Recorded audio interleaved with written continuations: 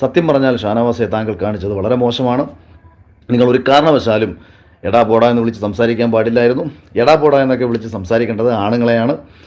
ആണുങ്ങളെയുടെ മുഖത്ത് നോക്കി വിളിക്കേണ്ട വിളി റിയാസിനെ നോക്കി വിളിച്ചു കഴിഞ്ഞാൽ സ്വാഭാവികമായിട്ടും അത് അയാൾക്ക് മാനസിക വിഷമം ഉണ്ടാവും. ഇതിനൊക്കെ മറുപടി പറയാൻ നിന്നാലേ വേണ്ട, ഞാൻ കിടന്ന് ഉറങ്ങാൻ പോവാ. അപ്പൊ നമ്മുടെ അഖിൽ മാരാറും റിയാസ് സലീമും തമ്മിലുള്ള ഇഷ്യൂ അറിയാലോ. രണ്ടുപേരും പഴയ ബിഗ് ബോസ് മത്സരാർത്ഥികളാണ്. അഖിൽ സീസൺ 5 വിന്നർ ആയിരുന്നു. റിയാസ് സലീം ആണെങ്കിൽ സീസൺ 4 വൈൽഡ് കാർഡായി വന്ന് തരംഗം സൃഷ്ടിച്ച ആളാണ്. രണ്ടുപേർക്കും അവരുടേതായിട്ടുള്ള നിലപാടുകളും അതിനനുസരിച്ചുള്ള ഫാൻ ബേസും ഉണ്ട്. It is really remarkable. Thank you very much. Riyas Salim LGBTQ കമ്മ്യൂണിറ്റിയെ റെപ്രസെന്റ് ചെയ്യുന്ന ആളാണ്. അഖിൽ മാരാർ ആണെങ്കിൽ പലപ്പോഴും തന്റെ റിഗ്രസീവ് ആയിട്ടുള്ള ചിന്താഗതികൾ പങ്കുവെച്ചുകൊണ്ട് ഉയർന്നു വന്ന ഒരാളാണ്. ജനിച്ചു പോയില്ലേ, ഓടാൻ പറ്റുമോ?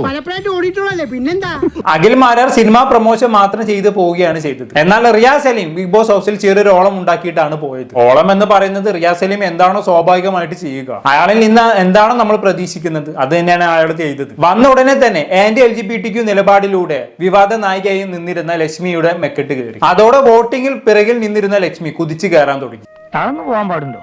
ഒരു വഴി അടിയുമ്പോ 9 വഴി തുറക്കുന്നല്ലേ എന്നുള്ളതാണ്. എന്തായാലും റിയാസ് സലീമും ഷാനവാസും തമ്മിലുള്ള പ്രശ്നവുമായി ബന്ധപ്പെട്ട് നമ്മുടെ അഖിൽ മാരാർ ചില കാര്യങ്ങൾ പറഞ്ഞ് രംഗത്ത് വന്നിരുന്നു. അതോടെയാണ് അഖിൽ മാരാർ റിയാസ് സലീം ഇഷ്യൂ തുടങ്ങുന്നത്. അഖിൽ മാരാർക്ക് മറുപടി എന്നോണം റിയാസ് സലീം ഇൻസ്റ്റാഗ്രാമിൽ ഒരു സ്റ്റോറിയും ഇടുകയുണ്ടായി. എന്തിനുള്ള പുറപ്പാടാണോ? നിങ്ങൾക്ക് അത് പറയാം, ഞാനിവിടെ മുള്ളിന്റെ മുകളിലാണ് നിൽക്കണേ. സത്യം പറഞ്ഞാൽ ഷാനവാസെ താങ്കൾ കാണിച്ചത് വളരെ മോശമാണ്.